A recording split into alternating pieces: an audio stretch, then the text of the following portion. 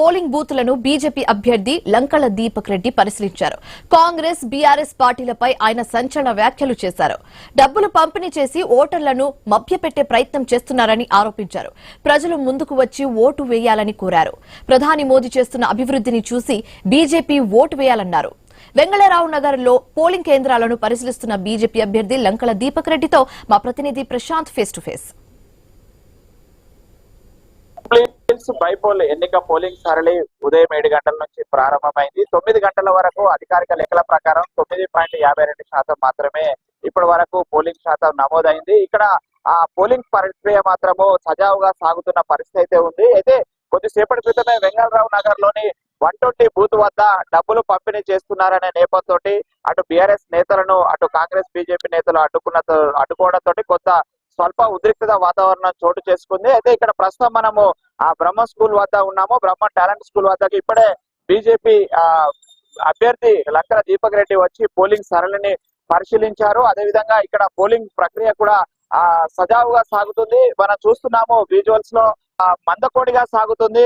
వృద్ధులు మహిళలు మినహా భారీ స్థాయిలోనైతే ఓటింగ్ కు అయితే ఎవరు ఆసక్తిగా రావడం లేదు. ఈ గతంలో ఉన్నటువంటి ట్రాక్ రికార్డ్ ని ఈసారి బై ఎన్నికలలోనైనా చేంజ్ అవుతుంది, 50% దాటుతుందని ఎక్స్పెక్ట్ చేశారు. కానీ ఈసారి దాటకుండా అలానే ఉన్న పరిస్థితి.